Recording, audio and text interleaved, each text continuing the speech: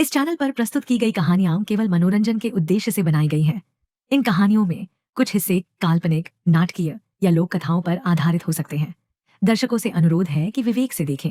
यह सामग्री बच्चों या भावनात्मक रूप से संवेदनशील दर्शकों के लिए उपयुक्त नहीं हो सकती। हमारा उद्देश्य अंधविश्वास या किसी प्रकार की अज्ञानता या पैरानॉर्मल मान्यताओं को बढ़ावा देना नहीं है। सभी विचार केवल कल्पना पर आधारित हैं। कुछ किताबें सिर्फ ज्ञान के लिए नहीं होती, कुछ किताबें सिर्फ पढ़ने के लिए नहीं होती। दरवाजे उस दुनिया के लिए जहां जाना मतलब है लौट कर कभी ना आना। नीलावंती ग्रंथ एक ऐसा ही दरवाजा है। रहस्य कथा में आपका स्वागत है। मेरा नाम रिहा है और आज की कहानी एक ऐसे ग्रंथ के ऊपर है। एक ऐसा ग्रंथ जो एक रहस्यमय और श्रापित ग्रंथ के रूप में प्रसिद्ध है, जिसे लेकर कई कथाएं प्रचलित हैं। तो आइए इस कहानी का रहस्य जानते हैं। कहा जाता है कि उत्तर प्रदेश के एक छोटे से गांव में एक व्यक्ति था जिसकी पत्नी और एक छोटी सी बेटी थी। जब उसकी बेटी 5 वर्ष की हुई तो उसकी मां की मृत्यु हो गई। उसके बाद वह व्यक्ति अपनी बेटी नीलावंती को लेकर दूसरे गांव में चला गया। नीलावंती के पिता आयुर्वेद के जानकार थे और नीलावंती भी उनसे यह ज्ञान प्राप्त करती थी। इसके साथ ही नीलावंती को पेड़ पौधों, जानवरों और पक्षियों की भाषा समझने की विशेष क्षमता थी। नीलावंती के स्वप्नों में शैतान आते थे और उसे जमीन के नीचे गढ़े धन के बारे में बताते थे, लेकिन उसके पिता के अच्छे संस्कारों के कारण वह इन चीजों से दूर रहती थी। वह जो भी मंत्र या ज्ञान प्राप्त करती उसे पीपल के पत्तों पर लिख लेती थी। जब नीलावंती 20 से 22 वर्ष की हुई तो जो भूत प्रेत उसके स्वप्नों में आते थे वे वास्तविकता में सामने आने लगे। कुछ समय बाद उसे पता चला कि वह एक श्रापित यक्षिणी है जो किसी श्राप के कारण इस दुनिया में फंसी हुई है और उसे अपनी दुनिया में लौटने का रास्ता खोजना है।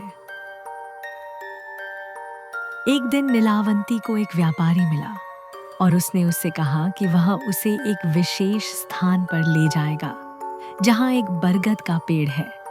वहां उसे अपनी दुनिया में लौटने का रास्ता मिलेगा, लेकिन इसके लिए उसे अपने रक्त और पशु पक्षियों की बलि देनी होगी।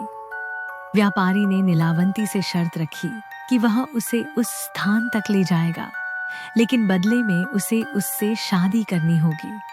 नीलावंती ने शर्त स्वीकार की, लेकिन यह भी कहा कि वह रात को उसके साथ नहीं रहेगी और जो भी करती है उसके बारे में वह उससे कुछ नहीं पूछेगा। व्यापारी ने शर्त स्वीकार की और वह नीलावंती को बैलगाड़ी में बैठाकर उस स्थान पर ले गया। वहां नीलावंती ने तंत्र साधना शुरू की और हर रात वह बरगद के पेड़ के नीचे जाकर अपना रक्त और पशु पक्षियों की बलि देती थी। एक दिन गांव के कुछ लोगों ने नीलावंती को तंत्र साधना करते हुए देखा और व्यापारी को जाकर बताया। अगली रात व्यापारी ने नीलावंती को तंत्र साधना करते हुए देखा। उसके बाद नीलावंती के स्वप्न में शैतान आया और उसे बताया कि अगले दिन जब वह तंत्र साधना के लिए जाएगी तो नदी में एक लाश बहती हुई दिखाई देगी जिसके गले में एक ताबीज होगा। उसे वह ताबीज निकालना होगा और एक नाव पर सवार व्यक्ति को देना होगा जो उसे दूसरी दुनिया में जाने में मदद करेगा। अगली रात नीलावंती नदी के किनारे तंत्र साधना कर रही थी। तभी उसने लाश को देखा और ताबीज निकालने की कोशिश की। इसी दौरान व्यापारी भी वहां आया और असली शैतानी रूप में प्रकट हुआ। गांव के लोग नीलावंती और व्यापारी को शैतान समझकर उन पर हमला करने लगे। नीलावंती तो बच गई, लेकिन व्यापारी मारा गया। मरते समय व्यापारी ने नीलावंती से कहा कि वह उसे वह किताब दे दे जिसमें मंत्र लिखे हैं। नीलावंती ने सोचा कि यदि वह किताब शैतान को मिल गई तो यह दुनिया के लिए खतरे की बात होगी। इसलिए उसने उस किताब को श्रापित करते हुए कहा कि जिसने भी लालच में आकर इस किताब को पूरा पढ़ लिया उसकी तुरंत मृत्यु हो जाएगी, और जिसने इसे आधा पढ़कर छोड़ दिया वह पागल हो जाएगा। फिर नीलावंती ने वह किताब छोड़ दी और चली गई। कुछ समय बाद वह किताब एक साधु को मिली, जिन्होंने बिना किसी लालच के उसे पढ़ा और उसका सरल अनुवाद किया। लेकिन बाद में कुछ लोगों ने उस किताब का उपयोग अपनी लालच को पूरा करने के लिए किया, जिससे उसके दुष्प्रभाव सामने आने लगे। आज भी यह कहा जाता है कि नीलावंती जीवित है और अपनी दुनिया में लौटने का रास्ता खोज रही है। नीलावंती ग्रंथ को लेकर कई मान्यताएं और विवाद हैं, और इसके वास्तविक अस्तित्व के बारे में कोई ठोस प्रमाण नहीं है।